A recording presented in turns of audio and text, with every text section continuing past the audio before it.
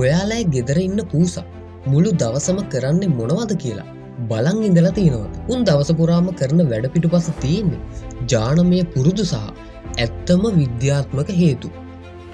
අද අපි කතා කරන්න යන්නේ පූසන් නිතර කරන වැඩ සහ ඒවායේ ඇත්ත මොකක්ද කියලා.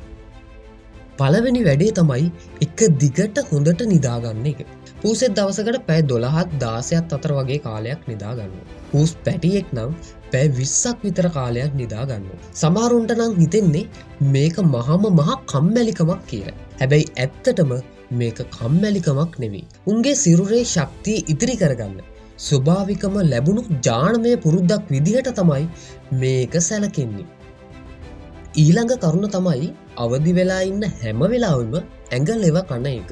සමහරු නම් මේකට කියන්නේ නානවා කියලා. පූසන්ගේ දිවේ තියෙන්නේ කටු වගේ ස්වභාවයක්. මේ නිසා ඇඟ ලෙව කන එකෙන් උන්ගේ ලොම් වල තියෙන කුණු අයින් කරන එක ඉතාමත් පහසු වෙනවා. ඒ විතරක් නෙවෙයි රස්නේ කාලෙට ඇඟ කූල් කරගන්නත් පූසෝ මේක කරනවා. තුන්වෙනි වැඩේ ගෙදර තියෙන බඩු සූරන එක.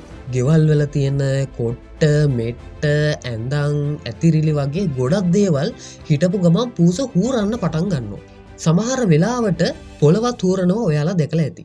ගොඩක් අය කියන්නේ මේක කරන්නේ නපුරුකමකට කියලා. මේක ගොඩක් වෙලාවට කරන්නේ තියෙන නියපොතු මුවහත් කරගන්න. එහෙම නැත්තම් පරණ තියෙන නියපොතු ගලවලා අයින් කරන්න. ඒ විතරක් නෙවෙයි උන්ගේ කකුල් වල තියෙන ග්‍රන්ථි වලින් සුවඳ තවරලා මේක මගේ සීමාව කියලා ලකුණු කරන්නත් උන් මෙහෙම කරනවා.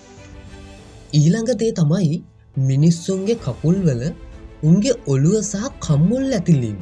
මේක නම් ගොඩක් වෙලාවට ඔයා දැකලා ඇති. මෙහෙම කරන්නේ ඇයි කියලා ඔයා දන්නවද? එකක් තමයි උන්ගේ ආදරය පෙන්වන්න. අනිත් කාරණය තමයි මේ ඉන්නේ මගේ අයිතිකාරයා කියලා අයිතිය පෙන්වන්නත් පූසන් නිතරම වගේ මේ වැඩේ කරනවා. අපි කතා කරන අන්තිම එක තමයි ඇඟමැලි කැඩීම. පූසන් මේක කරන්නේ නිදාගෙන ඉඳලා අවදි වුණාට පස්සේ. ඇඟමැලි කඩන්නේ ලේ ගමනාගමනය වැඩි කරගන්න. පූස නැගිට ගමන් කරන තව වැඩක් තියෙනවා. ඒ තමයි මසාජ් කරගන්න එක. උන් එහෙම කරන්නේ පැටව් කාලේ අම්මගෙන් කිරි බොද්දි දැනුණු ආරක්ෂිත සහ සතුටුදායක හැඟීම ලොකු වුණාමත් මතක් වෙන නිසා කියලා කියනවා. ඔයාලගේ ගෙදර ඉන්න පූසා මේ වැඩවලින් වැඩිපුරම කරන්නේ මොකක්ද? පල්ලෙහෙන් කමෙන්ට් එකක් දාන්න. වීඩියෝ එකට ලයික් කරලා පූසන්ට ආදරය කරන යාළුවන්ට බලන්නත් ෂෙයා කරන්න.